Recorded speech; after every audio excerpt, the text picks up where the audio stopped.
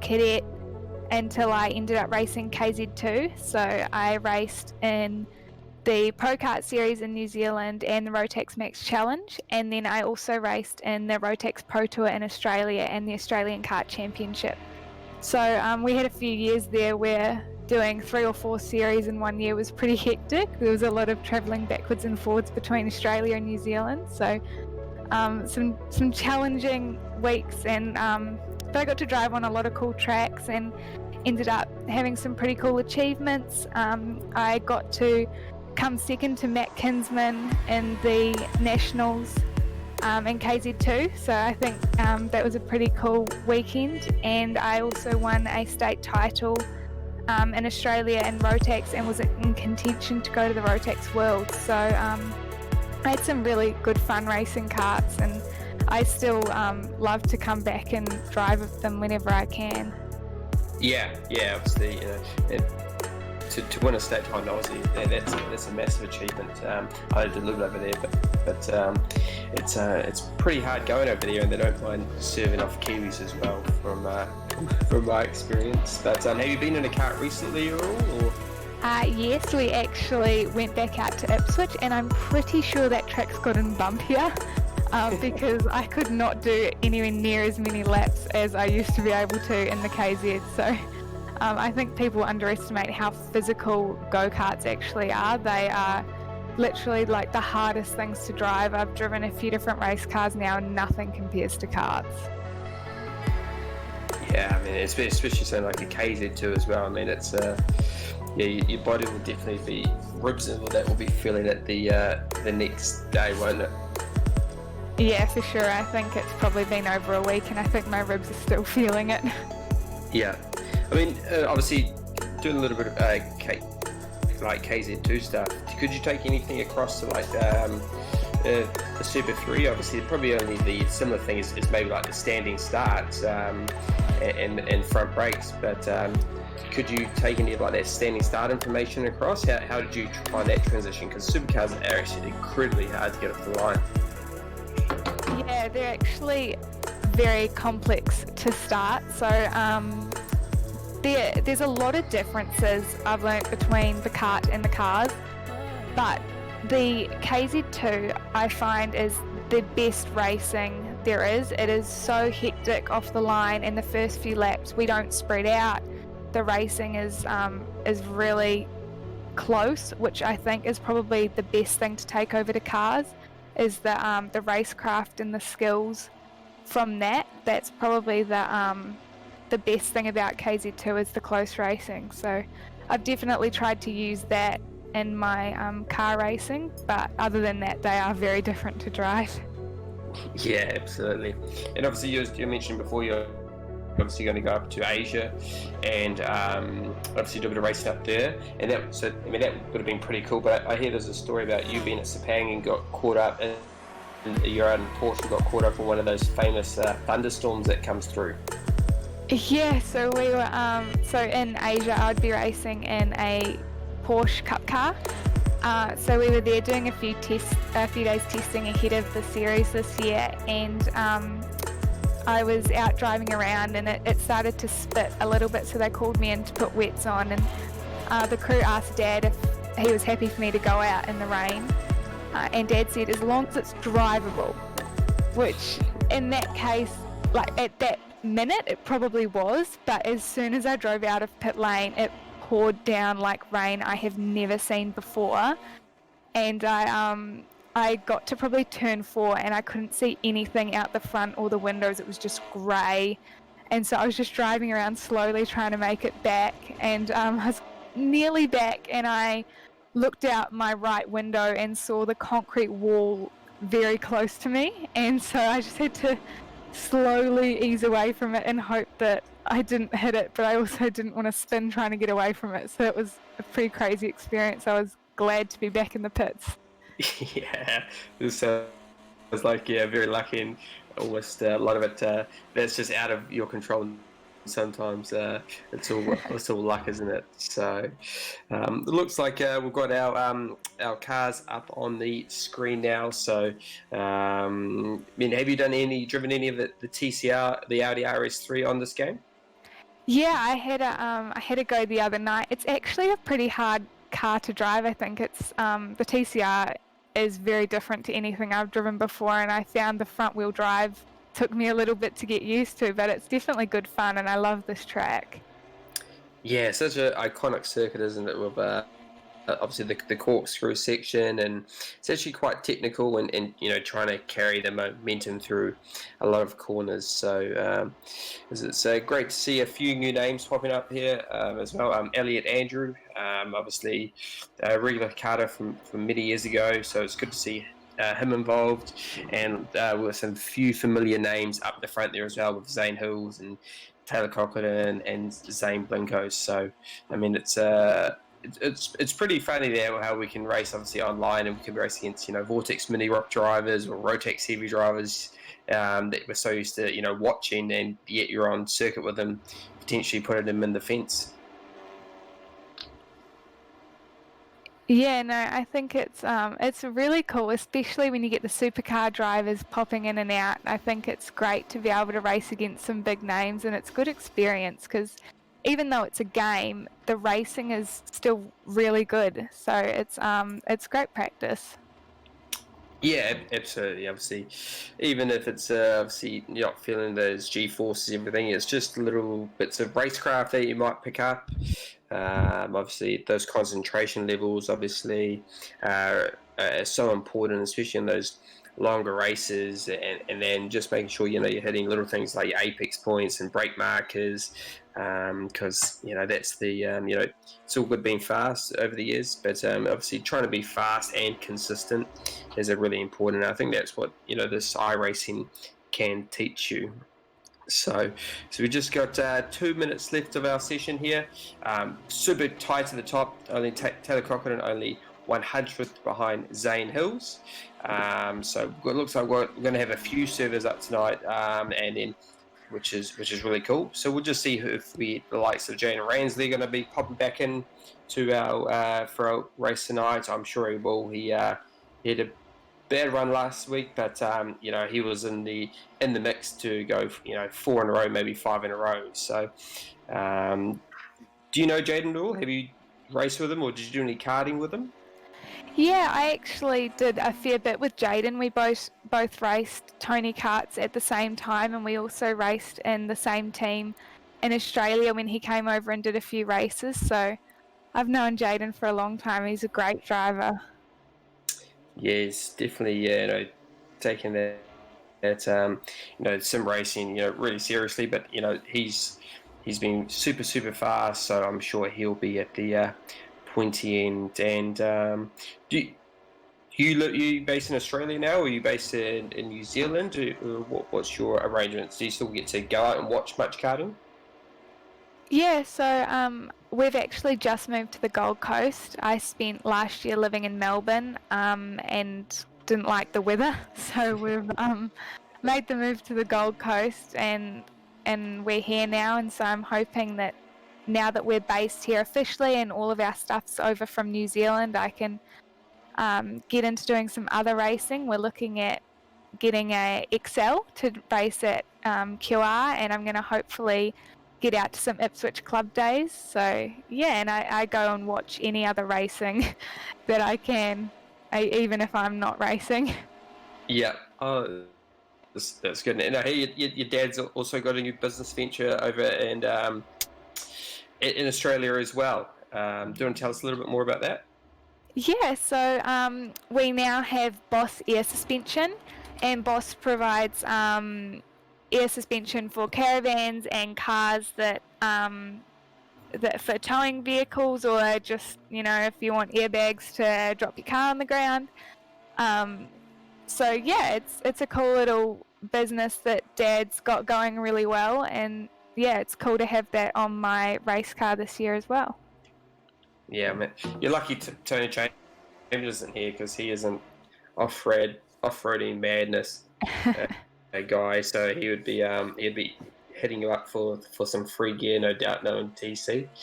And we'll just catching the end of our session here. So looks like Taylor Cochran's just pipped Zane Hills right at the last minute by a good margin too. So half a second, he's going up the top there. This is a new name, is it Frank Gilbert? So it's great to see a lot of new names in there. Like the notes of Andrew Waite, obviously very famous karter. Done a lot of motorsport throughout New Zealand. He's here. Arthur Brown, good to see him repping the Scott McLaughlin livery here. He had a really tough running last week, but he'll be happy with his ninth position so far. So just a minute to go, and then we'll be into our first race tonight. So it's not sure if you're aware, but Simon Billing-Claridge is actually a resident steward out of Wellington. So it's quite cool that we've got a steward out here trying to put it to our sim races and go-kart races. So probably repaying a few favours to the guys who are little Vortex Mini rock drivers to give them a bit of a back chat, because unfortunately we always think we're in the right most of the time when we're in crashes, don't we? Yeah, I know Simon well from racing in Wellington, so I think it's awesome that he can get out and race, and that's probably the coolest thing about sim racing, is it puts everyone on the same playing field to race against each other, no matter what area of motorsport you come from. Yeah, that's exactly right. So, we're just waiting for obviously the servers to be fixed and like that. What was the first car that you driven? Race car that you drove from a kart? Did you jump straight into a supercar? Yes, I did. So the first race car I ever drove was the V8 supercar. So that was a pretty big jump for me. I didn't have anything else in between. So Brad felt that it's good to have a clean, fresh driver with no bad habits yet. So he thought making the jump straight into the supercar was a good idea. I didn't have any advice or anything, or I didn't learn anything. They pretty much just shoved me in, said this is the start button, and off you go. Did they tell you how the gears worked or anything like that? Not really. They said flat shift, and that's about it. So I went out and drove at Winton, and my sister Ashley did as well, and we alternated, and it was challenging, but such a cool experience. I'll never forget the moment I put my foot on the throttle leaving the pits for the first time. There's nothing really like it.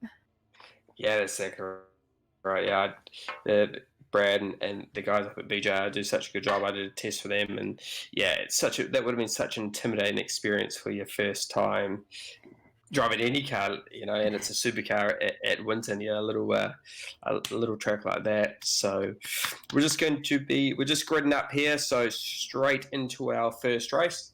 As you can see, we've got our grid on the left-hand side. I don't think that's quite in the order yet, but hopefully.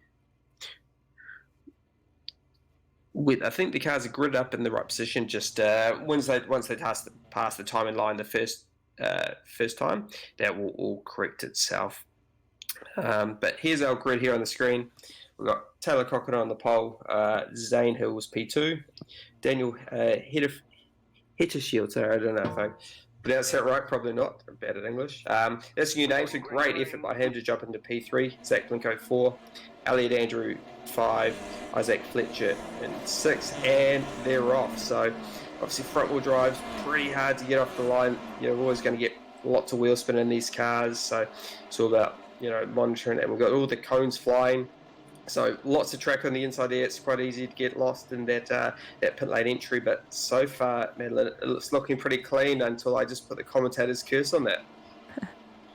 And they're still going around there. So massive concertina effect there. Let's hope they all can sort of get back up and running and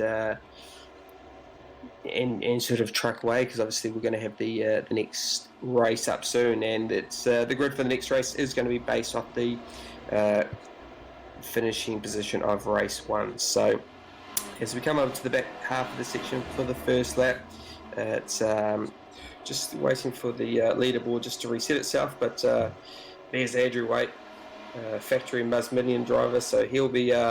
They've never lost a race in sim racing, so he doesn't want to let them down tonight. They just won the 24-hour of Le Mans on the weekend, so, and we've just got one going around, so I didn't quite catch the livery of her. It could have been Isaac Fletcher, so, and he's just had unfortunately, he's had a moment coming back on. I mean, that's the hardest thing about sim racing. It's quite hard actually to see cars coming the other direction, isn't it?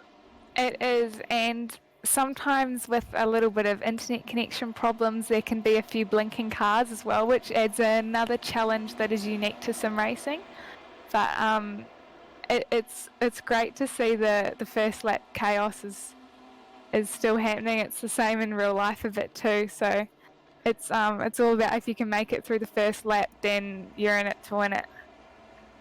Yeah, that's exactly right. You know, and it's such a hard one. Do you attack the first lap, or do you just try, roll through and just stay, out of the carnage? It's sort of, I mean, sometimes you can just be, you're just trying to run your own race and get caught up in someone else's mess, or sometimes, you attack and you get lucky in lots of situations. So as we just, you talk about the blinking car before, we just saw that on screen there. So that could have been Mitch Sparrow there in the Oreo car, but looks like it's sort of come right.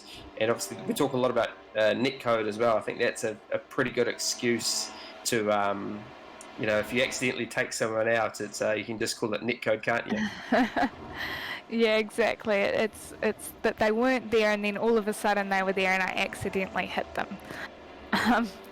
But yeah, no, I think it's definitely a different kind of racing. I have found from my sim experience that sometimes it's better to see how the first corner goes, and you can make up a few spots rather than attacking it. But like you said, there is often that car that ends up flying across the grass out of nowhere, and there's nothing you can do about it. But that's all part of the challenge. I think that's the cool part about it, is it can shuffle the field around a lot, and we get a lot of different winners. Yeah, that's exactly right. So, I mean, quite a cool scenario here. Obviously, so you following this front pack. We've got a few junior Rotax drivers in there, but we've also got Andrew Waite. I know Andrew Waite, just unfortunately gets tagged there, but he's actually driven a RS3 TCR car in real life with the Track Tech team. He's based obviously out of Highlands, so he's one of the only guys who's probably driven the actual race car in real life. So really, unique that he's the only one in the field that's actually driven it and actually raced it. So we head back down the field now. It looks like Corey Green is having a really good race. He's managed to sneak his way up into the top 10 just ahead of Mitch Sparrow, as we follow Rowan Shepherd here as well. So he's done a lot of sim racing as well. I was doing a TCR race the other week and he was in it too, so he's got the Track Tech livery on. So great to see lots of guys from around the country still actively involved in the KartSport virtual club day. But this is such an iconic section of the track, and it doesn't matter, the corkscrew, isn't it? Like, just one of those sections of any circuit in the world that you just want to actually go and do in real life. Yeah, for sure. It's actually very blind to go into. I mean, I know the first few laps that I went through it was very hard to see, and I missed the corner a couple of times. So it's definitely a technical part of the circuit, which is really good for this racing. But yeah, it's cool to be able to drive on all these tracks all over the world and get a feel for what they're like, even when it's not something you'd maybe get to do otherwise. Yeah, exactly. It'll be one day it'll be cool to actually visit two of these circuits in real life and try compare it to what it's like, because obviously all these tracks are all laser scanned, so it should be obviously almost perfect.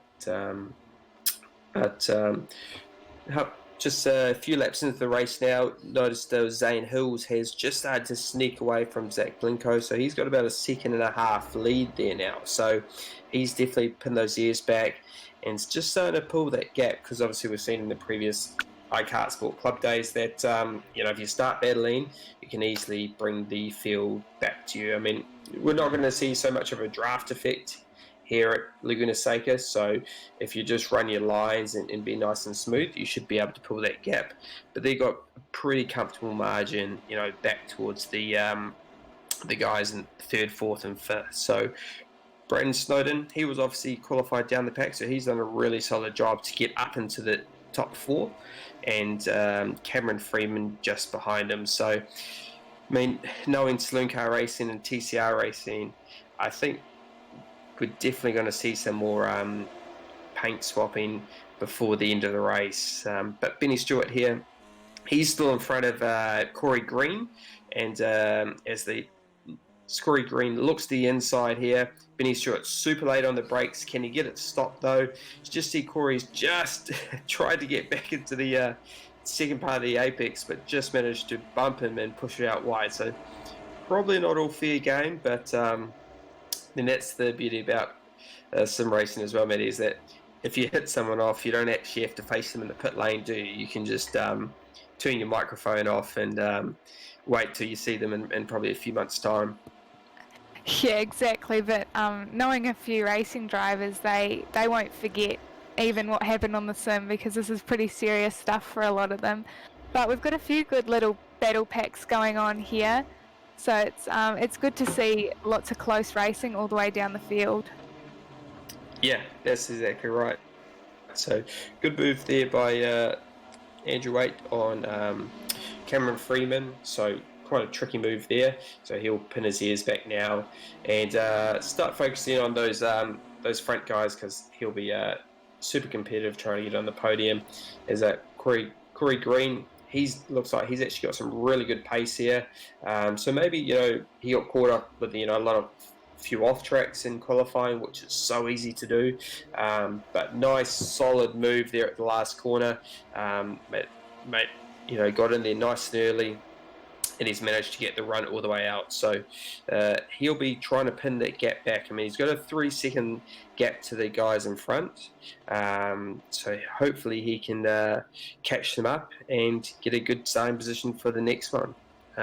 But just looking in the on our running leaderboard on the left-hand side of the screen, looks like Elliot Andrew hasn't had the ideal start to what he would have liked. He's just ahead of the liquid action entry of Arthur Browan, and they've got a 4-second margin over Rowan Stewart. So, it's hard to, if you have a bad first lap, it is quite hard to then get into a rhythm again, to find your line.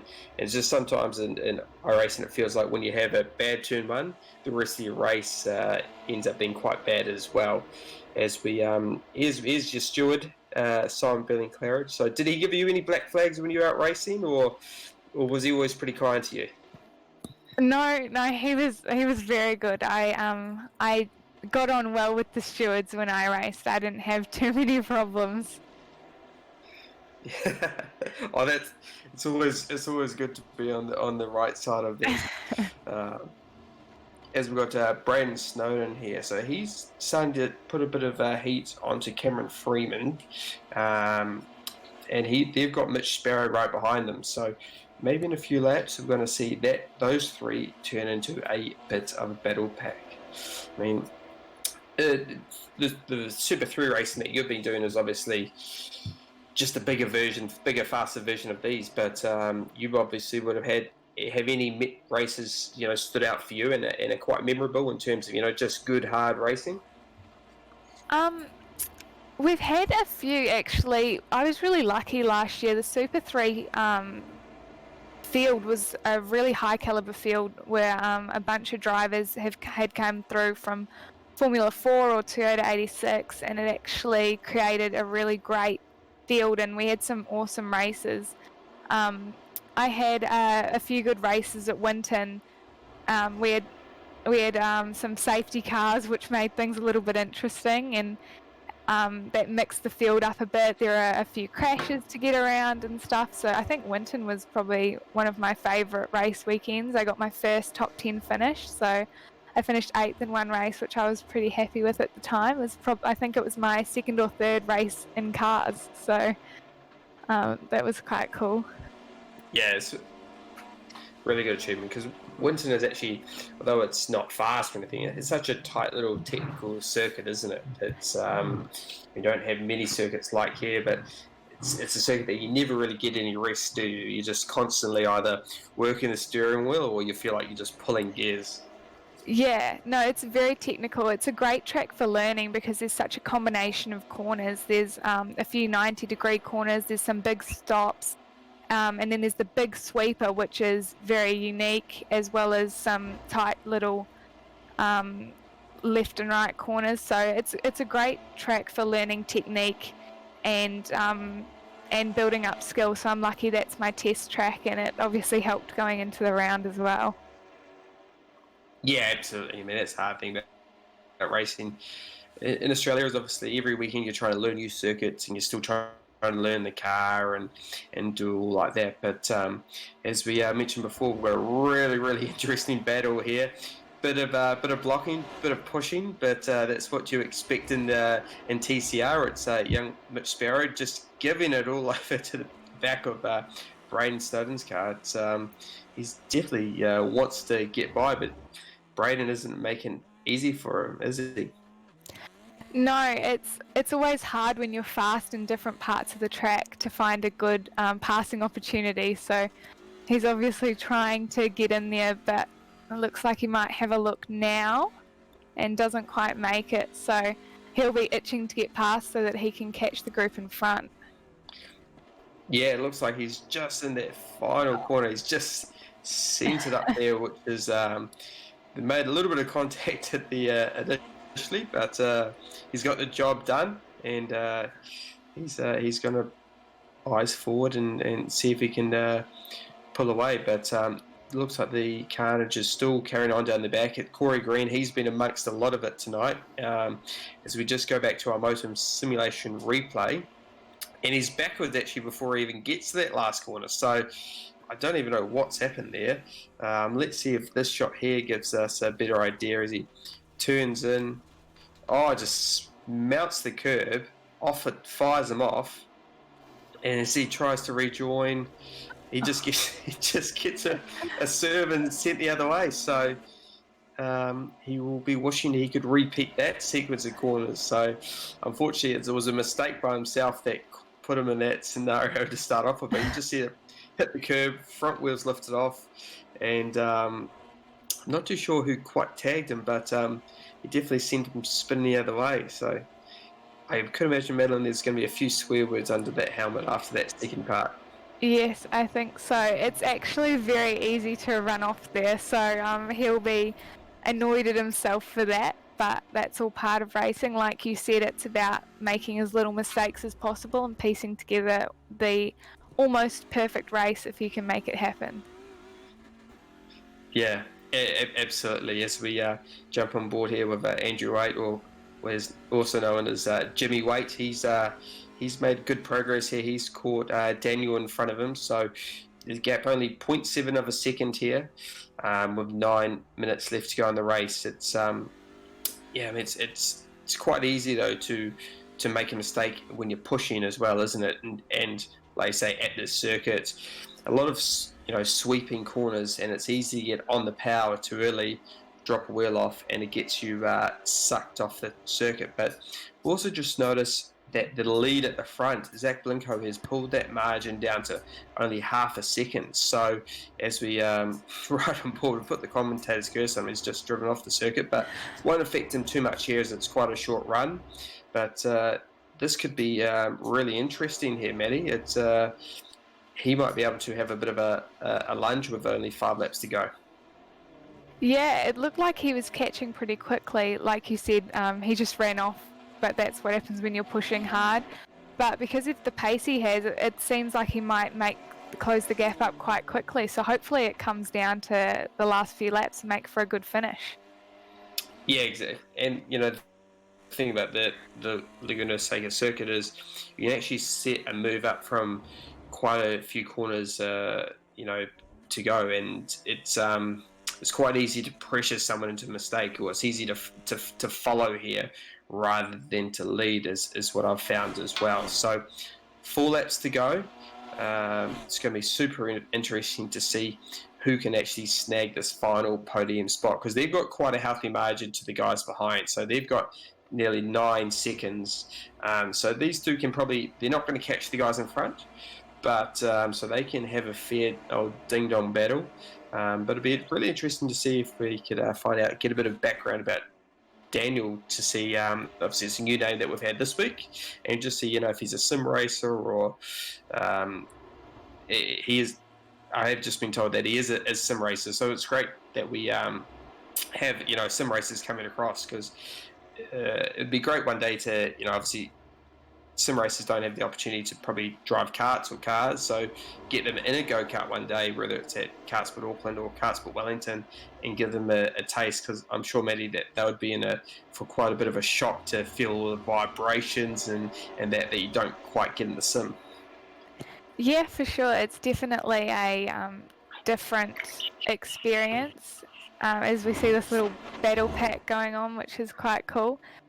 Yeah, it's driving the go-kart is very raw. Even I've noticed that getting out of a race car. So I think they would love to jump in and have a go and see what our other drivers drive on a regular basis. Yeah, absolutely. So I think we're going to actually look at maybe extending the KartSport series out as well. So there's going to be polls. So keep an eye out for that if you're watching. If you've been following most weeks and you want it to continue on Tuesday nights, follow the polls on the iKartSport page.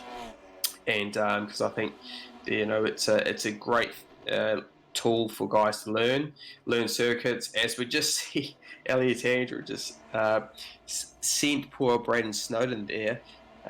Didn't quite catch from the angle who it was, if he turned out or not, but it looks like he just got into the door of him. But here we go, Jimmy Waite doing us proud. He's just got up into 3rd position, so he'll defend like crazy here, and knowing him. But he'll be happy. He only qualified 7th, so it's been a very good progress from him. But it looks like Daniel's actually got a bit of a run on him here, so he's going to have to be quite careful he doesn't lunge him into the dipper. But no, it looks like it's all safe, but hopefully we can get a few more laps under the belt, and he can actually pull away, because it's quite easy, when you pass someone, to actually get stuck in your mirrors, isn't it? We actually got to, even though you got to look forward and focus on driving forward, if someone is behind you and they're a similar pace, you can easily get trapped in the mirrors, can't you, Maddie? Yeah, exactly. It's definitely an easy thing to do, and it's the same the other way around. Is you don't want to get stuck in the driver in front's rhythm when you're trying to pass them. So it can make for a bit of a challenge, but that's probably one of the good things about go-karts, is that you don't have mirrors. So it's a good way to teach drivers to look forward. Yeah, absolutely. And it looks like pro and Mitch Sparrow is still in the war, so his race has sort of gone from bad to worse and has almost been caught up in sync every lap. So really unfortunate for him, but a really good battle pack here. We've got Arthur Browen, he's in the Scott McLaughlin livery. We've got Fulton Penny, go-karter out of Tokoroa, just behind them, and they're trying to hunt down Rowan Shepherd. So pretty tight. These guys have been all over each other for most of the race, so they'll be trying to get on top of each other. It's a really good move here by Fulton Penny. I thought he was going to have the up and under there, but just couldn't quite get it down. And what's hard about the TCR car on this game, as you know, is because it's a front wheel drive, it's actually quite easy to get a lot of wheel spin if you have too much lock and too much accelerator on, isn't it, Maddie? Yeah, it is a different car to drive on the sim, so it's cool for the drivers to be learning a different car. So it makes for a unique kind of racing, and it's a bit of risk versus reward at the moment with the last few laps, considering where they finish this race affects where they start the next race. So they're going to have to put that into account when they're thinking about whether it's worth taking the risk or not to make a move. Yeah, that's a really good point. And and that's something they can then put back also to the real world, isn't it? You know, you got to think to yourself, you know, sometimes in racing, is it a low percentage move or is it a, you know, and you know, is it going to affect my grid or something for the next race, or you know, damage the car, or and you know, potentially have a short turnaround. So lots of little things that you can take away from this. As we follow Cameron Freeman here, so he's hunting down Elliot Andrew, and they've got Ben Stewart just in front of them. But as we cut back to the battle for third, these two are having a right old ding dong. Uh, Daniel looks like he's going a little bit defensive at the top here. That's it. Oh, and they've just covered him. A few guys have spun in front of them. Both super lucky not to get tied up in that. But unfortunately, he's just dropped behind. But with 2 laps to go, or lap and a few corners to go, they might be able to, get caught up in some lap traffic, as we just see someone ahead of them once again trying to do the right thing, getting out of the way.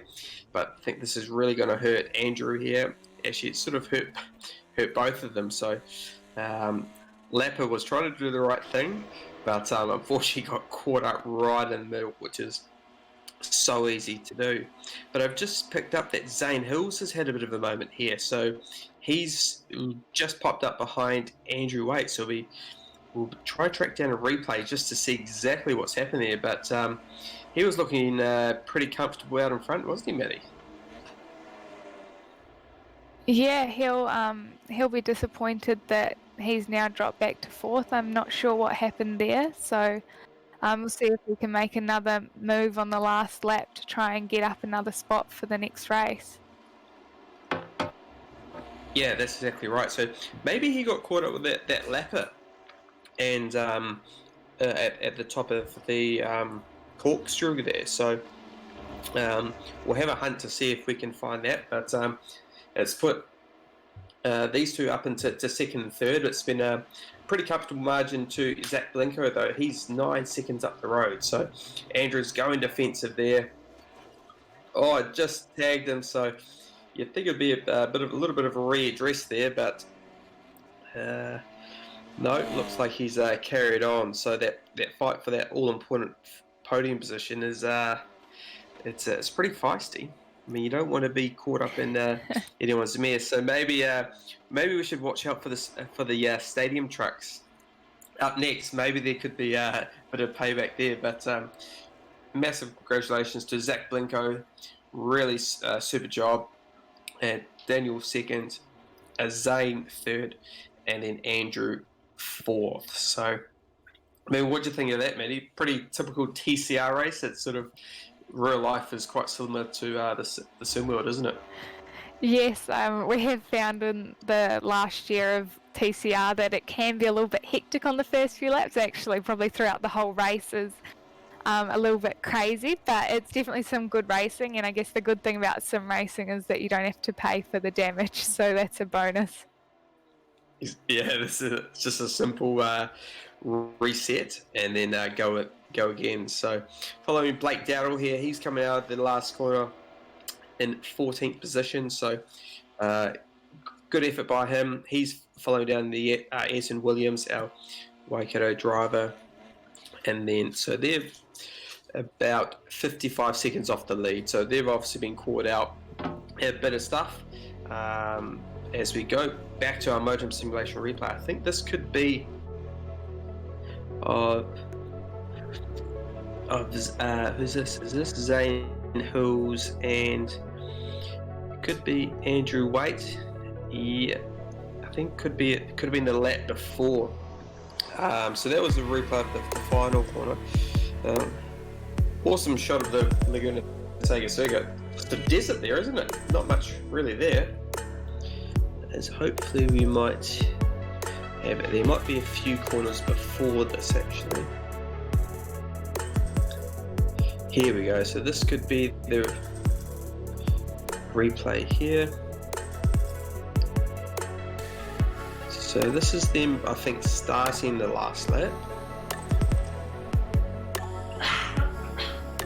So it looks like it's all okay here. But as you can see, there's a bit of lap traffic up in front of him. So turn 1, all okay. I think thinking back, we caught him just at the dipper. I think it So was we'll follow him on this last lap just to see exactly what's happened. So, yeah, as you can see, he's hunting down these 3-lap cars. And they've got a bit of a gap here. So I wonder if potentially one of them made a mistake over the blind crest, potentially. But in about 2 corners, we're going to find out. As we come up through here, 1 corner to go, and here we go. So the black car, not sure who that is, has just ran wide, and I just don't think he's seen him. So he's gone off and just similar incident to that corner, to that last corner incident was with Corey Green, who got sent the other way, and super innocent there, wasn't it? He wasn't even really doing anything wrong, was he, Maddie? He just sort of unfortunately got tied up in someone else's mistake. Yes, and that can happen. It's always a shame when it happens when you come up behind a lap car, but the lap cars are still racing their own race and pushing hard, so it's definitely something that happens. But there's also not as much vision in a race car compared to a go-kart, and probably even less in the sim as well. So it can make it hard to see the other cars around you, which can also be part of what happens with things like that, and with dropping wheels as well. So Yeah, and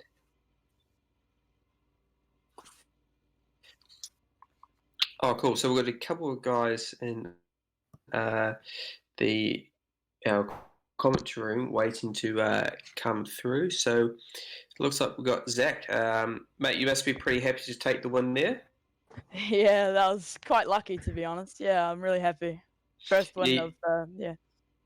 your first win, obviously, of the KartSport. So pretty cool effort, mate. Your eyes must have lit up when you saw, obviously, poor old Zane sort of tied up with that lap car. Yeah, I was quite surprised, but I mean, I can't say I was happy about it, but yeah, I was pretty happy about it.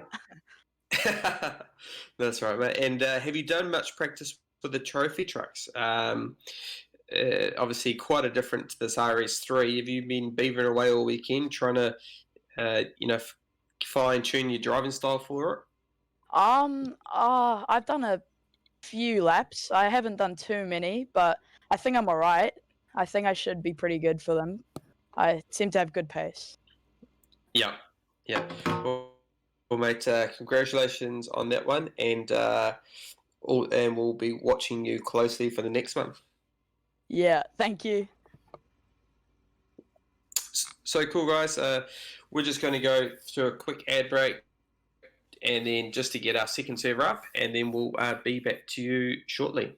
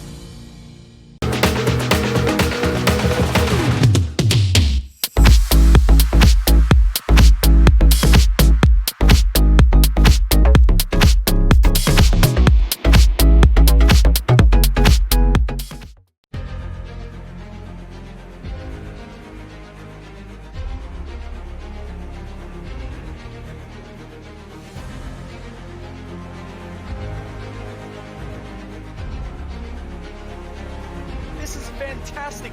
This is GT racing right now. He's got traction, he's got really outside both of them. Maloney! Oh, he's taken Anderson.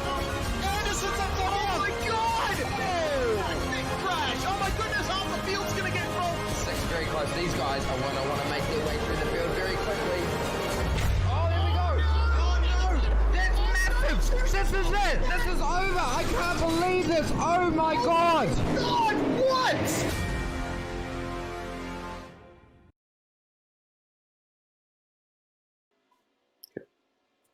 Welcome back, everyone. So we've just been sorting out a couple of servers there for our stadium trucks, our Pro 2 light trucks at the Belle Isle circuit. So from one side of America, we've tripped across, and look how awesome these stadium trucks are. Obviously, watching Sky Sports and Indy Motorsport, we've seen a lot of them in Aussie. But such a cool car, and on a street circuit, Maddie, I think this is going to be pretty tough for the guys because these cars are not, or these trucks are not easy to drive, so it's going to be pretty easy to end up sideways into the fence, just like Andrew Waite did then. Yes, and adding a street circuit definitely adds a whole nother element, so it'll definitely be a challenge for these guys, and we'll see some good racing. But yeah, these are unique trucks to race, I guess, so it's going to be cool, some good racing to watch.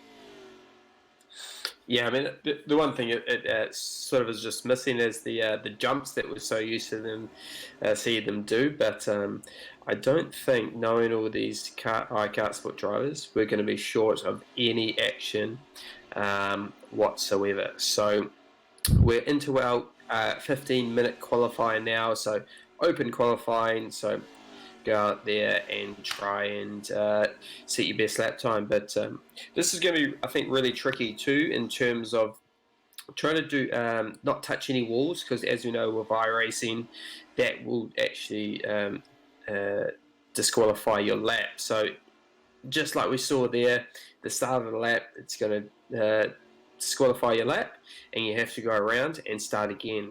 And we're going to have damage on for this race, Maddie. So, I mean, it's going to be pretty tough for that first lap or two, isn't it? Just trying to actually stay out of trouble.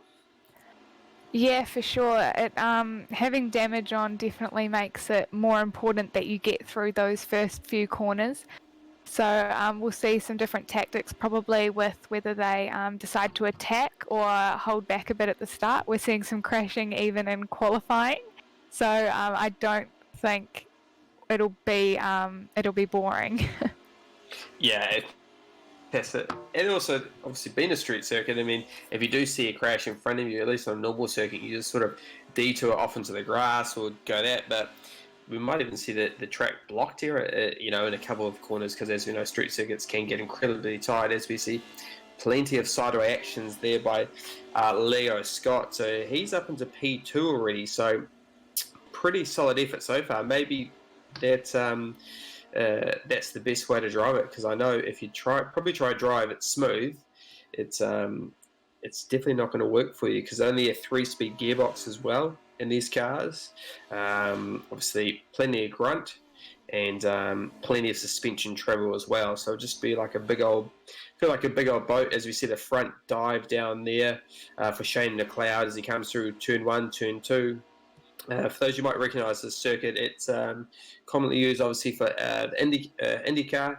Obviously Scott Dixon. I think this is the circuit that they generally do actually the first week after the Indy 500. So it's you'll see the Penske branding there, and it's no surprise to see Zane Hills, Matty, up the top. So he's obviously been beavering away all weekend trying to get a handle of these stadium trucks. Yeah, a lot of these guys spend a lot of time on these sims practicing, so I've got no doubt that they've worked out the best way to drive these cars. But it's great to have them driving 2 different cars in one night.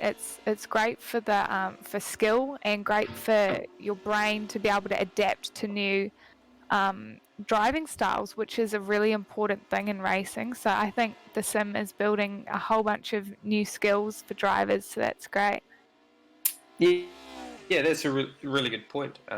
Obviously, being Kiwis and that, as you know, it's really hard to get out overseas, so you have to be quite diverse and probably your skill, as we're quite often thrown into the deep end, at the last minute and expected to perform. So you can see quite a few guys on the left hand side of the screen are actually still to set a lap time. So they've obviously had quite a bit of wall contact and just haven't had any laps count yet. But Isaac Fletcher has popped up to the top there.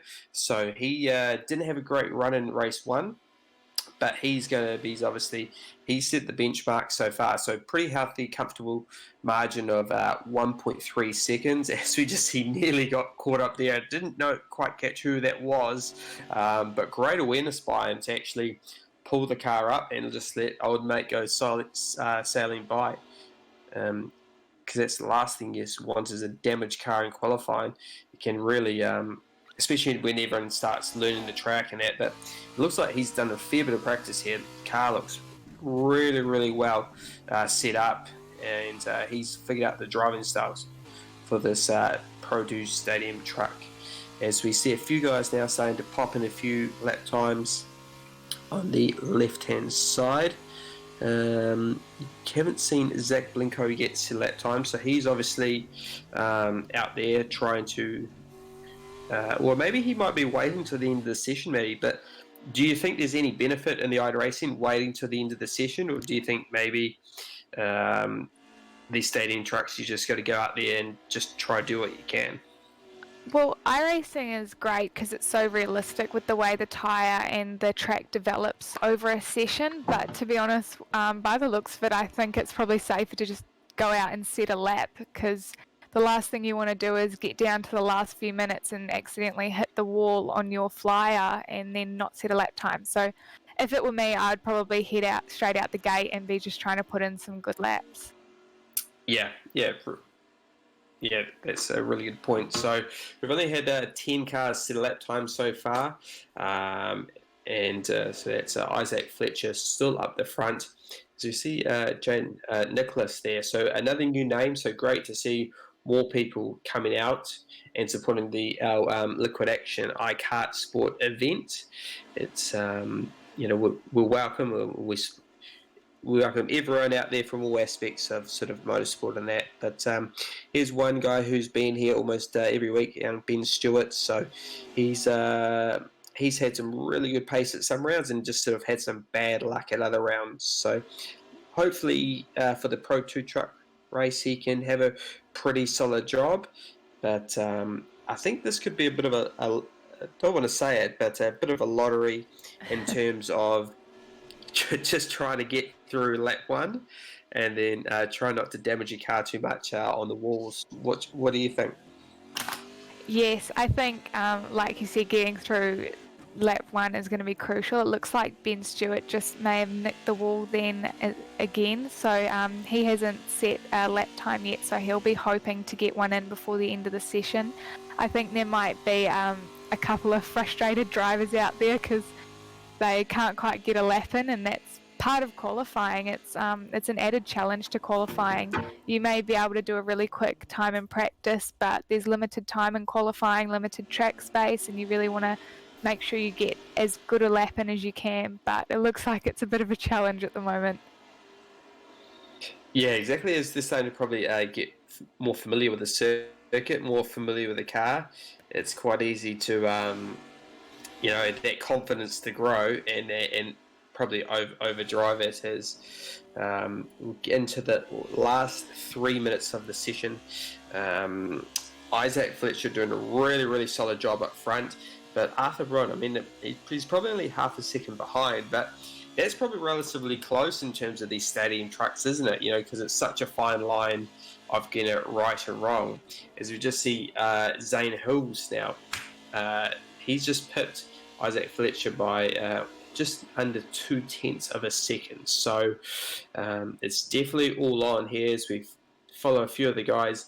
So Zane Hills and the all black entry here. So great to see him. Nice slide on the way in, and he's carried that slide all the way to the exit as he kicks up a bit of dirt. So hopefully he didn't get off track there. I haven't. Have you driven on this circuit on iRacing, Maddie, or is it new for you too? No, it's new for me too. I haven't driven on this circuit before, so but it looks like a good one. I think I'll have to go and have a go now. Exactly. Spend another $13 on US and download another circuit for sure. As we just see Zane Hills just pop there, he must be resetting, going back to the pits. He must have copped a bit of damage. Leo Scott holding 6th place here, so he's about 2.5 seconds off the leader. So he's probably going to get time here to do one more lap. So all these guys now who have crossed the line have probably already finished the laps, and these guys are going to come through and they'll get one more lap. So Blake Dowdle, he's been hit with us from the start, so running in 8th position. Really good effort by him, but still, we've only had 14 guys set a lap time so far. Maddie, does that surprise you? Yeah, so that'll be interesting. I think that must be because of off tracks. It seems like quite an easy thing to do, off tracks and hitting the wall here. So yeah, I think hopefully we'll see a few more drivers set some times in the next minute before the end of the session, but we'll see. Yeah, exactly, and probably not the way these guys want to be doing it in terms of racing each other and qualifying. It's sort of a bit of a no-no, isn't it? As we have Mike Muir here. Nice drive there, nice slide all the way out to the fence, and I don't think he hit that. So big break, up lots of curve, and that's the beauty about these stadium trucks. It doesn't matter the size of the curve, they sort of take them so incredibly well. As we see a few more guys starting to set some lap times. Nathan Crane, he's popped up to 7th there. Great effort by him. Mitch Sparrow, he was caught up in a few little incidents in that first race. He's sitting in P5. Andrew Waite, P4. Arthur Brown, P3. Isaac Fletcher, as we've got a big moment there for the Ashton Phipps entry. Big rollover, so that's probably going to be the end of his qualifying, as all these guys here have snuck over to get one more lap in. But everyone from here on out will be finishing this session. So few guys on flyers, as we see Zach Blinko popped up to the top. So he's left his run quite late there, Matty. It quite surprised me with his plan there, last minute to sort of finally set a lap time. Yeah, that's definitely leaving it down to the wire, but he's given himself a good 3/10 gap, so hopefully he's safe there in pole position. It's actually for these trucks, it's actually really close qualifying. There's not too big of a gap, so it'll make for some interesting racing. Yeah, for sure, and it's going to be quite cool. All these guys will be doing standing starts as well.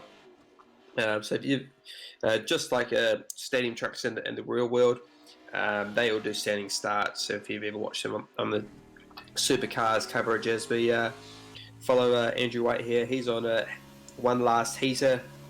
Let's hope he doesn't bin it for us. We'll put the commentator's curse on him, but this is the first time I've probably seen him have oversteer in his life. He's never caught a slide in his life before, so I'll have to give him a pat on the back.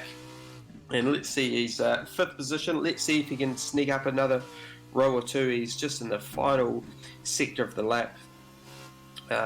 It's such a cool circuit, this, isn't it? Imagine trying to drive an IndyCar around this place, let alone a stadium truck. As we pass the pit lane entry to the right-hand side, through the fast sweeper, and over the short front straight, and P3. So good effort from him, but still you got to get through lap 1. So we'll just have a few more guys finish their laps, and then we'll get them all to grid up for our race 2 of the Liquid Action KartSport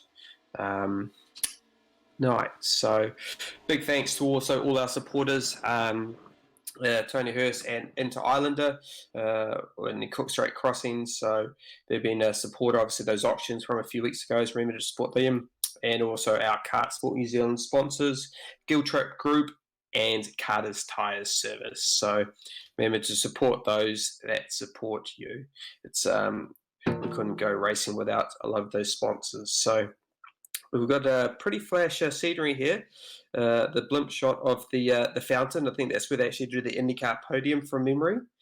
And yeah, that's Scott Fountain right there running the coverage. So it's his cousin. As we see the results here, Zach Blinko, great job for P1. Zane Hills, P2. Andrew Waite, P3. Isaac Fletcher, 4. Arthur Brown, 5. Mitch Sparrow, 6. Leo Scott, 7. Nathan Crane, 8. Blake Dowdle, 9th. And we've got Elliot Andrew rounding out our top 10. So go to the back half of the grid. Mike Muir, Jaden Nicholas, Ashton with the Wayne Phipps entry there, Shane McLeod, Taylor Bryant, and then we've got all our guys that actually didn't quite set a lap time. So this potentially might go, they'll start off iRacing, if that's how you're racing amongst iRacing. But plenty of names there: Oscar Goldfinch, Simon Billing-Carriage, Matt Griffin there, our own Trevor Smith, Taylor Cochran, who's been really fast over lots of iRacing there,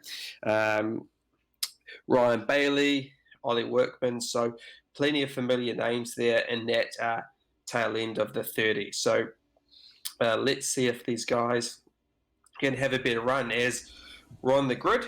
What's your predictions here, Maddie? Is it going to be a relatively clean first lap, or am I asking too much? I think you may be asking a little bit too much there. I think these guys are going to go hard, especially there will be a few at the back that will be disappointed they didn't set a lap and will want to move forward as much as they can. So I think it will be an exciting lap 1. Absolutely is. Obviously, we've got a quite a fast flowing turn 1, turn 2, but I think we'll get a big old concertina effect as we head down to our first 90 right-hander. So not too far away from the start, and there could potentially be a fuel stop in this 15-lap race too as we're off. So looks like we're a pretty clean start there by Zach Blinko, Zane Hills, but oh no, there's the Muzz Minion Motorsport machine on his lid before he even got to turn 1. So yep, we're right, and it's still carrying on there as they're slapping the fence on the way out. There they are. Look in the background. 1 over there. See the wheels upside down. Is that 2 over? Yep. I think I asked for too much there, Maddie, but and we're only in turn 2. We've still got the rest of the lap to go here. Yes, no, it's off to an exciting start. I don't even know how many there were on their lid just then, at least 4 or 5. So that's another thing about iRacing is once you're on your lid, you have to go back to go back to the pits, and it can take a little while to tow. So that can really affect your race. You really want to try and stay on all 4 wheels. Yeah, and a few of these guys, definitely aren't staying on all 4 wheels here. They're having a real mission here. That mid-pack, it just shows how important qualifying is you really want to be on that front row. But as we're coming down, as they're still going each other right into the braking zone, so it's I'm actually struggling to keep up here with all this carnage. There must be a few incident points happening between car contact and wall contact. We sort of haven't had to put a focus on that as Andrew Waite just sends old mate around, drives straight into the back of him. We might be able to get an onboard replay of that potentially too, but some big movers there. Obviously, Braden Snowden looked like he'd gone to the towards the top, but then just saw his name dropping down. As we ride on board here, Andrew Waite, and he just goes straight in and just wasn't as bad as what I initially thought, but just caught him on the way out, and that's it's actually quite hard to see in these cars when you get on the power, the front lifts up, so you lose quite a bit of visibility. So not too bad there. But as we cut to our front here, so we've got Zane Hills in front, Zach Blinko second, and Arthur Bryan, really good job there, hanging on to the leaders in third place with Leo Scott behind him. So these guys, Maddie, have obviously, pulled at a really clean first lap, and are now trying to pull away, aren't they?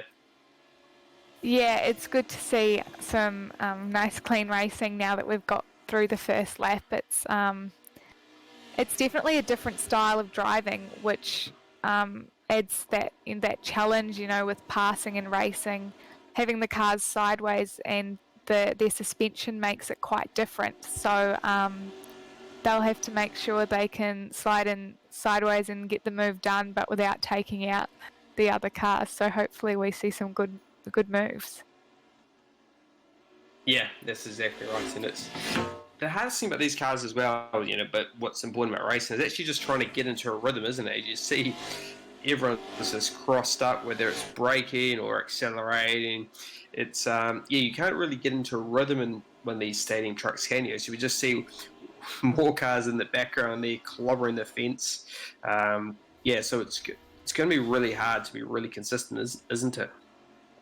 Yeah, It's it looks like someone's having a little bit of problems getting back onto their wheels in the background there. But yeah, it's I think that's Isaac Fletcher.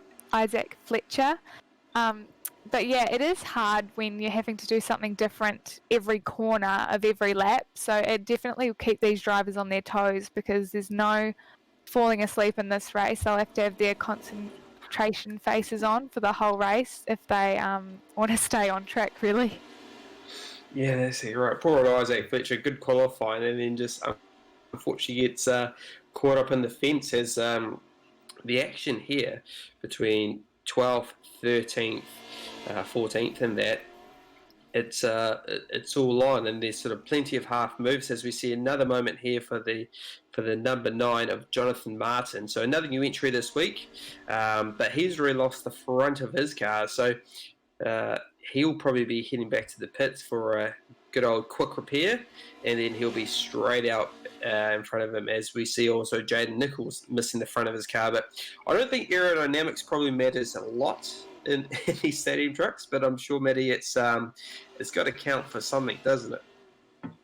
Yeah, for sure. It's never ideal to be driving with damage, but hopefully they can get back and get some quick repairs, because I don't think they'll be too far behind once they've had the repairs. There's still a good opportunity to make up some more positions with the carnage that's going on.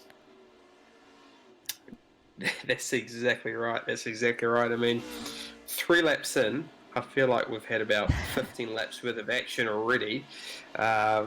So we're going to be fairly exhausted, but it's great. It's going to keep everyone on their toes, and everyone is going to have to be concentrating right until that end, aren't they? Yes, that's right. And Zane Hills currently has the fastest lap, so it looks like he's pulling away a bit, which will make for a cleaner race for him. Yeah, that's exactly right. As you've got the 2 in front have obviously dropped Arthur Browen and Leo Scott, and as we see the pack behind is actually starting to catch up now. So Leo Scott, nice move up the inside. As we saw that, who was that? That was the 24 of Blake Dowdle. Take plenty of grass there, so that's actually probably an advantage with these mud tyres that they run on these trucks. They're definitely no slick or anything. So really good job by him. But 4 of these cars, I think, could almost spell carnage. But good battle group here. We've got Blake Dowdle, Elliot Andrew, we've got Arthur Browen and Leo Scott up ahead. And they're still going at it. So Leo Scott has got in front of Arthur Browen now. So let's see what they can do here. This is such an awkward break here, as we see one go around. Did we miss a second one there? I'm not too sure. But Elliot Andrews looks like he's having a slightly better run. Was that Leo Scott there? He's just been caught up. Did he hit the fence on the way out and then just couldn't quite get out of it? But yeah, really, really tough. I'm actually kind of glad that I'm not doing these trucks tonight, because it's you're going to need a full physiotherapist to rub the body down, because you'll be working flat out on that steering wheel, trying to trying to keep the thing in a straight line. Yeah, it's definitely a hot work driving these sims. There's no doubt about that, and it's going to be really interesting as well with the pit stop for refueling to see what strategies come into play. Yeah, that's exactly right. As we see a few guys starting to take their pit stops now, so there'll be a few quick repairs happening, a quick top up of fuel, and then they'll all be back out. So I don't know. I don't think we should be expecting a caution tonight, but you never know. You never know what iRacing can throw sometimes. But remember, with the safety car and the cautions in iRacing, it closes the pit lane, unlike the supercars that we're used to watching. So for those ones that have actually pitted early, could actually be beneficial to them later on. But hey, no guarantees of that, but of a caution. But it would be a competition caution. It would, I think, make the race even more exciting with 30 of these stadium trucks heading into that tight right 90 for the first time. As we see plenty of action here. Oh, poor Zane Hills nearly got caught up in more lap traffic, so he's really going to be super careful here about picking his way through. He's got a really healthy margin here, so he's got just over a 3-second lead back to Zach, and if he makes a half move, it could be all over for him. But we've got the Gravedigger entry here of Zach Blinko, so he's got a fairly healthy margin back. So he's got a 5-second back gap to Arthur Brown and Black Dowdle, so he can afford to probably take a little bit more risks with the lap traffic, because he's obviously got a nice healthy margin there. So we just see a few guys, I think, starting to take their pit stops now, like Blake and Arthur Stewart. As there we go. So probably don't need to take tyres here as well. They'll last the race, so it's just a quick fuel stop and then straight back out. As we follow here, that is the number 9 entry of Ryan Bailey. So he was I think he got caught up with some early race incidents, but looks like he's got some good clean air now. So he'll just be wanting to get into as much of a rhythm as what you can in these cars, and try and make the most of this fresh air, and just try to be consistent with your lap times. And if you do that and maybe pit late, then he might find himself up the order, because he was one of those guys that didn't set a lap time in the race. But I've never seen that before, in terms of half the grid almost not seeing a lap time before. Have you seen that, Maddie? No, but that is an iRacing rule, not a KartSport rule, so that is something that can't be changed right now, but it definitely is. I mean, I think all challenges are good for drivers, so I think that having a clean lap it's all part of it. You want to get the quick lap, but you have to make sure you're not exploring over the limits. And it's great because in real life it's like that. You can't hit a wall because you may damage the front end, and then it causes a problem leading into the race. So it's not necessarily a bad thing, but in this case it was a lot of people that didn't get a lap in. So that was a shame. Would have been interesting to see where a few more people sat in the order, because it looks like there's a few people that have some good pace that didn't manage to get a lap in. Yeah, that's exactly right. So as we follow over here, Ben Stewart's car is looking a little bit second-hand, so missing a few rear panels. So as you see, Ryan Bailey now dive into the pits along with Ben Stewart. So it'll be interesting to see where these guys do pop out and whether they made the most of that fresh air that they had. Maddie, any word about when you guys can be up and running, and how many rounds you're going to be doing this year in terms of for your V8 touring car campaign? So I believe we will be doing 4 rounds. We didn't like I said, we didn't get one in before COVID happened, so it's been a long time for me out of the car. We haven't officially found out when we're going to be back racing yet, but we're hoping in July or August sometime. So hopefully it's not too far away, but it definitely feels like it's been a very long time for me. Yeah, exactly. Any time out of a race seat is never ideal, but hey, at least no one else has been able to do too many laps as well. So everyone will be in the same boat. As we follow here, Shane McLeod and Ashton Phipps. The thing about Ashton Phipps' car, you can't miss the paint scheme on his car. But he's been on his lid a couple of times and that, so he's still doing a pretty good job, even though he's been caught up in a bit of a mess. And not a mess is probably not the right word, but he's had probably an eventful night, you could say. So good recovery from him so far.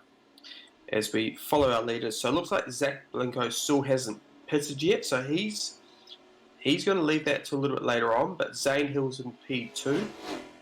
Daniel and Andrew, they're having a good old battle in 3-4 with Leo Scott just behind them.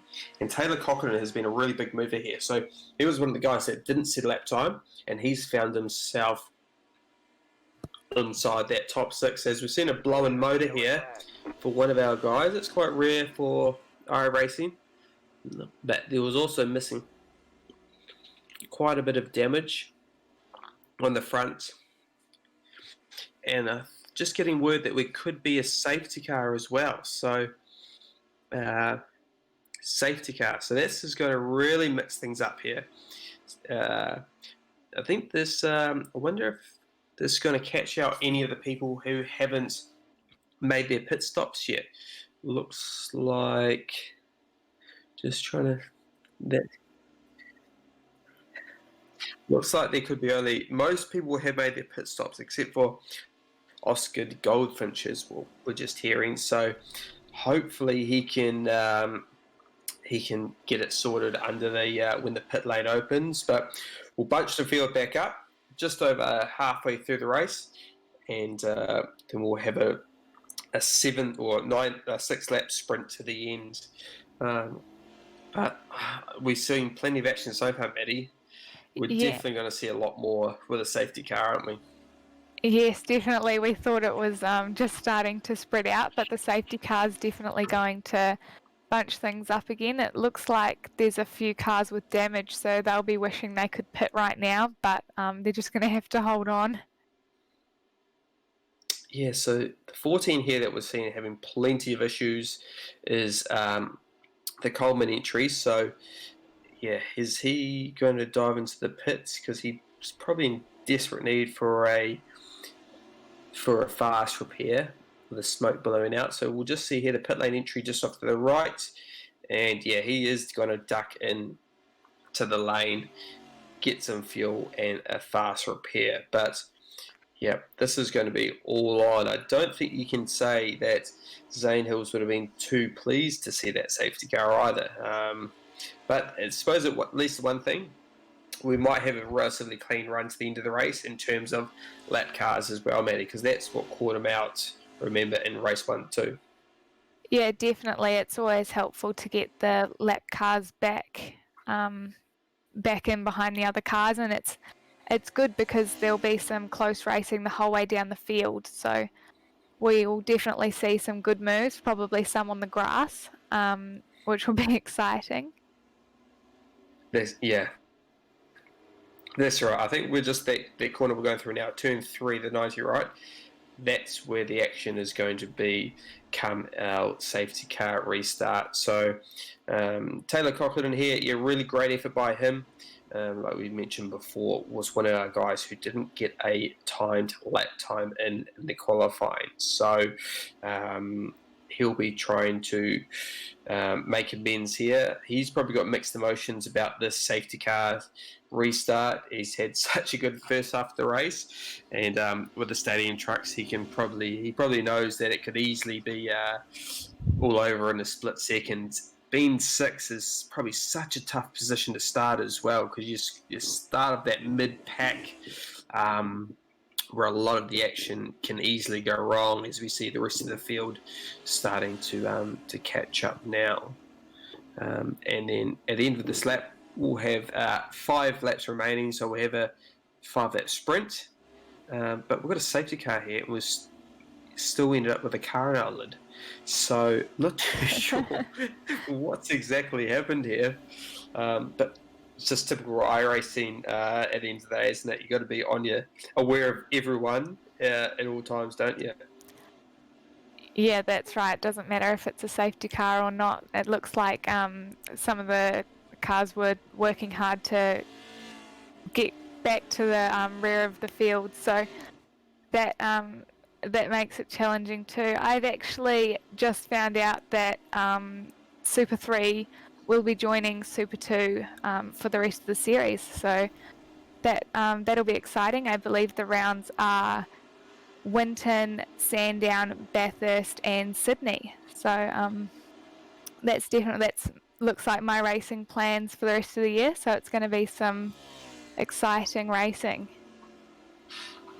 Oh, super cool. So that's super exciting. So hopefully you can have a good clean run for the rest of the year, and hopefully no more COVID issues will stop that. So I think what we're just doing here, guys, in case you're wondering, is we're just letting a few lap cars through as well. So that's why everyone's sort of pulled off to one side. So that means that we're going to have all our front runners together to make it a nice, clean, fair sort of sprint to the finish as well. So as you see the cars on the track, that is actually going to be your proper order as well. So a few guys coming through the field now, so we might wait for them to join around the back if they're fast enough. Otherwise, no, safety car lights are out. So just like the real world, safety car lights are out. I know, as I said, they've just popped back on. So we'll do one more lap.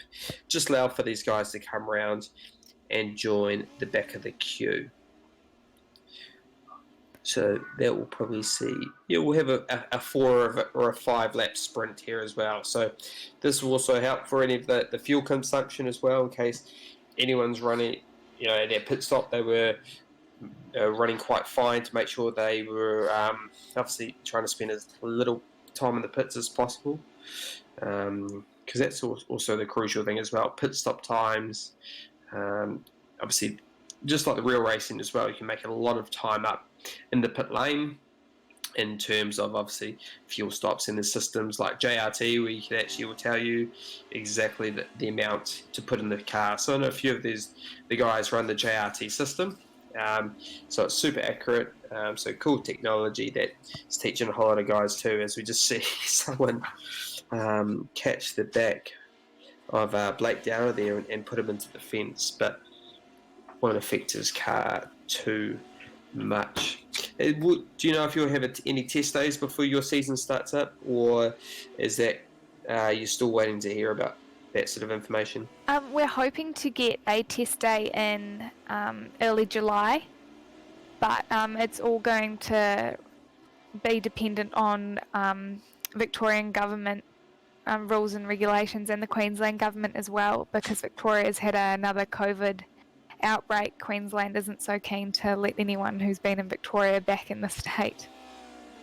Yeah, exactly. Such an evolving situation that makes it quite hard to plan, but at least you got a schedule now, which is you can actually work towards and get into. As we see someone on our lid here, so was that one of our lap cars 14 of Mike Coleman? So he is been in all the action as well. If someone just gives them a friendly help, and he's back on all 4 wheels, minus the front. So I'm sure he'll be joining the end of the queue. And then we will be doing one more lap, guys, and then we should be back up and running. So just looking up in the top right corner, Isaac Fletcher, fastest lap actually. So he's had a bit of bad luck, but he's actually been pretty solid in terms of his pace. So he was probably probably the one person who's happy about the safety car as he's sitting in 14th place. It's quite entertaining seeing the Coleman entry coming through the field. He's almost hit everyone, including the safety car. Luckily, the safety car's a ghost. Otherwise, the safety car could have been up at the fence there. So lights are out now on the safety car. You see on the top of our Porsche safety car. So we'll be in this time, folks, ready for a 3-lap sprint to the end. I mean, I'm picking that everyone is just going to be going flat tackers right the way to the end, and there's going to be a big bust up at turn 3 there. Are you feeling along the same lines there, Maddie? Yes, I definitely am. I think it's probably going to be a bit of the last man standing. It'll be a bit hectic, I think, but good to have the cars bunched up again with some sideways cars even under safety car. So I think it's going to be exciting to say the least. Exactly, yeah. I mean, it's probably one of those, as well, when you're out in this situation, if you're mid-pack, probably a bit like Elliot Andrew is now. In about a minute's time, you're either going to be happy because you got through, or you're probably going to be, or you could end up in the middle of someone else's mess and your race over. So, yeah, let's just have to wait and see. But Zane Hill's here. He's been super fast all night, so hopefully he can have a clean run through. Obviously, dominance in our first race of the Audi RS3s. So he'll be, as soon as the Porsche Giltrap Porsche safety car pulls into the pit lane, he'll be taking control of the race. So you can actually go when you want when the safety car pulls off the pit. So at the moment, as we come through the second to last corner, eyes on that safety car, you'll see in a moment it will just dart aggressively off to the right. And then I'm sure if that was me, I'd be wanting to go super, super early to make sure that you have, the cleanest and biggest gap heading down turn 3, as we're coming up to this final corner now. Safety car off, and we are back racing here at the Liquid Action KartSport thing. And I said he was going to have no lap traffic issues, but I know, great job by the lap car there. Great awareness by them to get out of the way.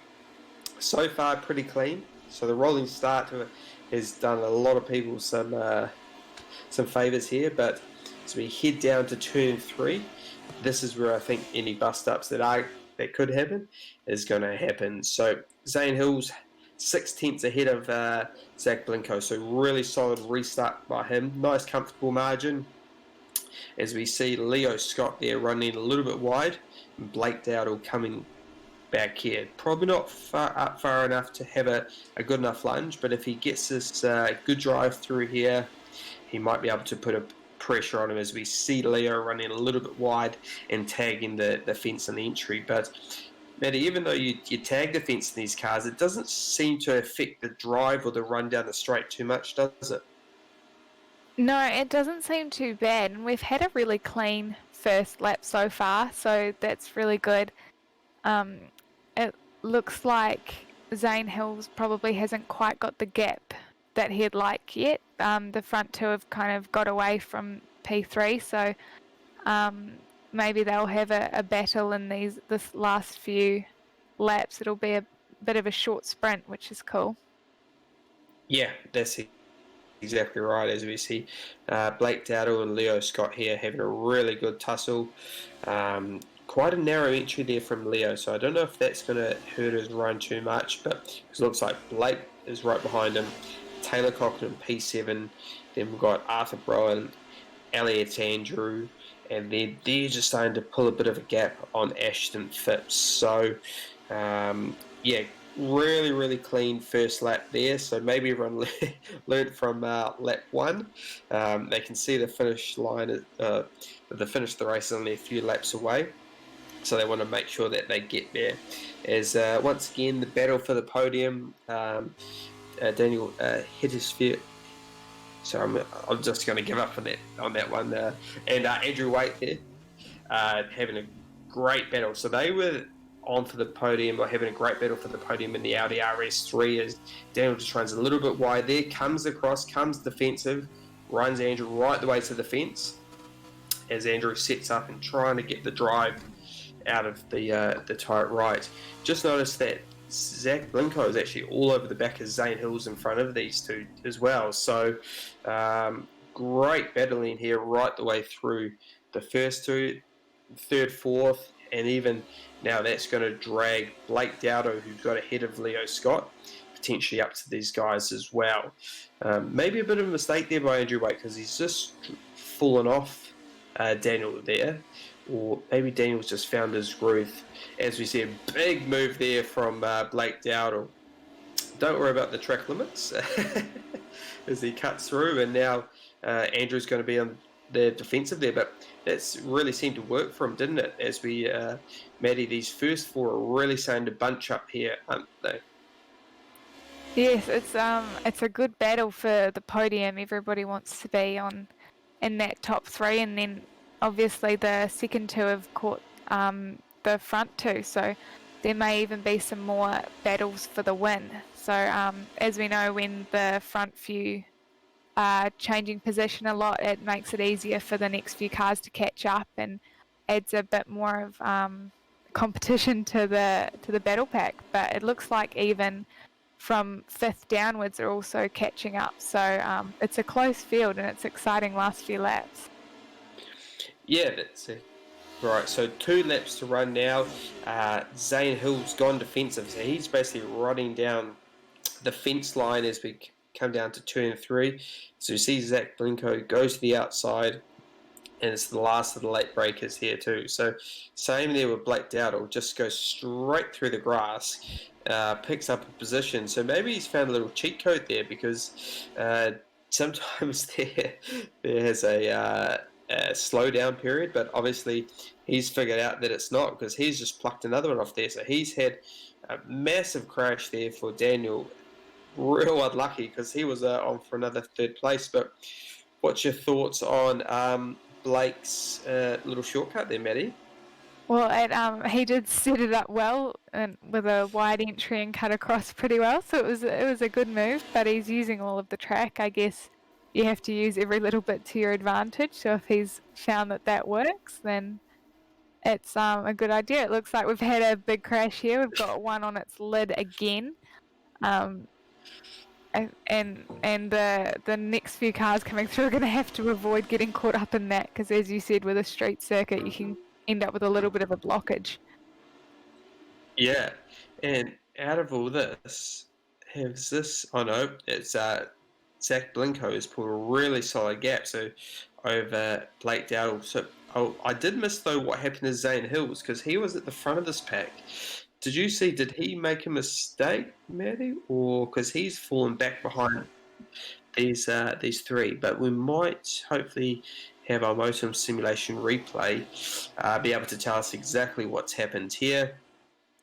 So Andrew Waite, Blake Dowdle having a good old tussle here as they're almost trying to go 3 wide, as they all get into the back of each other, and then Blake's hit the wall, Andrew's come through, hit him, ended up on his lid, and it's all over Red Rover. So not the night that they would have wanted as we enter our final lap of race 2. So Taylor Cochran now popped up to P2. So solid job by him. Leo Scott, good little slide job move there on Matthew Griffin. But yeah, solid effort by him. Don't think he'll catch our leader of Zach Blinko, but poor Zane Hills has been our fastest man, and he's unfortunately fallen back to P3. And I just noticed that Blake Dowdle has also fallen back, so maybe those two got together, which let Taylor through, because they're both having a really good tussle there. Yeah, it looks like Taylor Cockerton's moved up really well from his starting position and really made the most of the carnage and got through really well. So he'll be happy with that top 3 finish. Yeah, that's a really, really solid job. I mean, you can. It's hard to say you can have a clean race in a stadium track. So, got to give it to him. Credit where absolutely credit is due. As we cut to the battle for the final podium position, wonder if Blake's going to have any more sneaky shortcuts.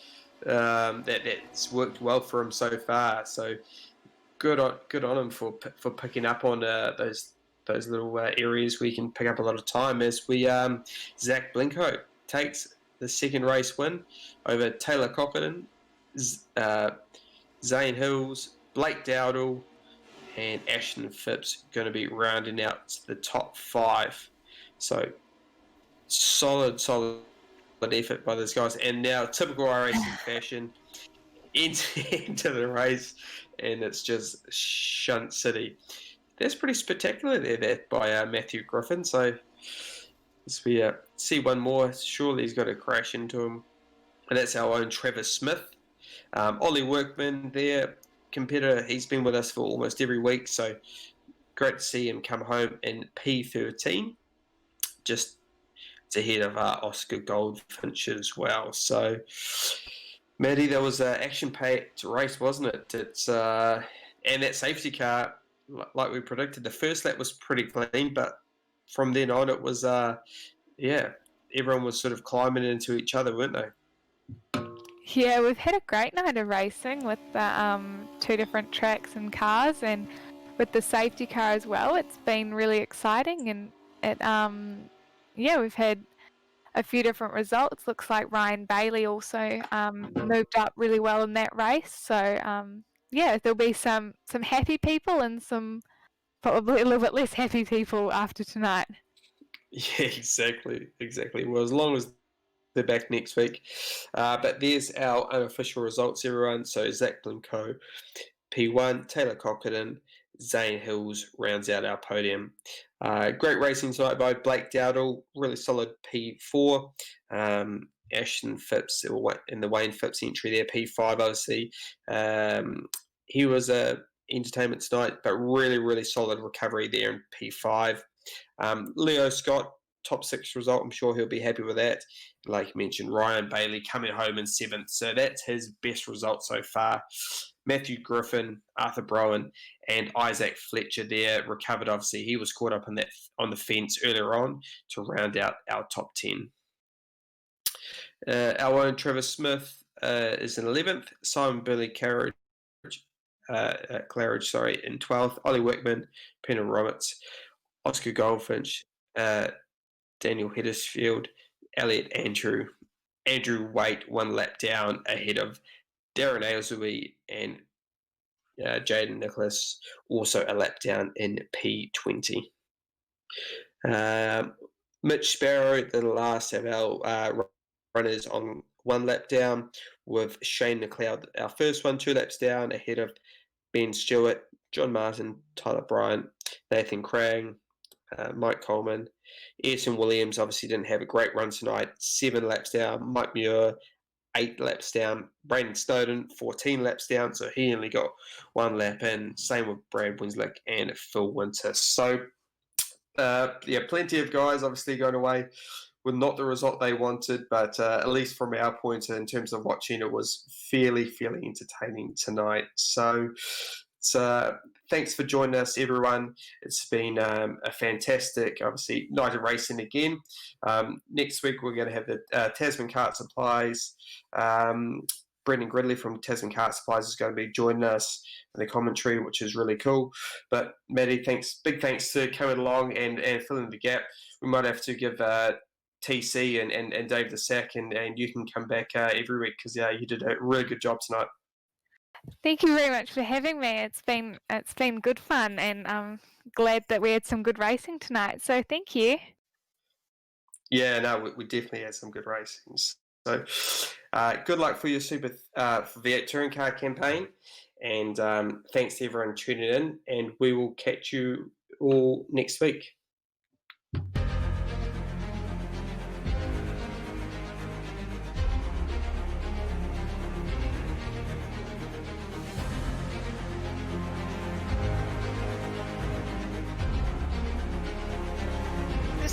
fantastic.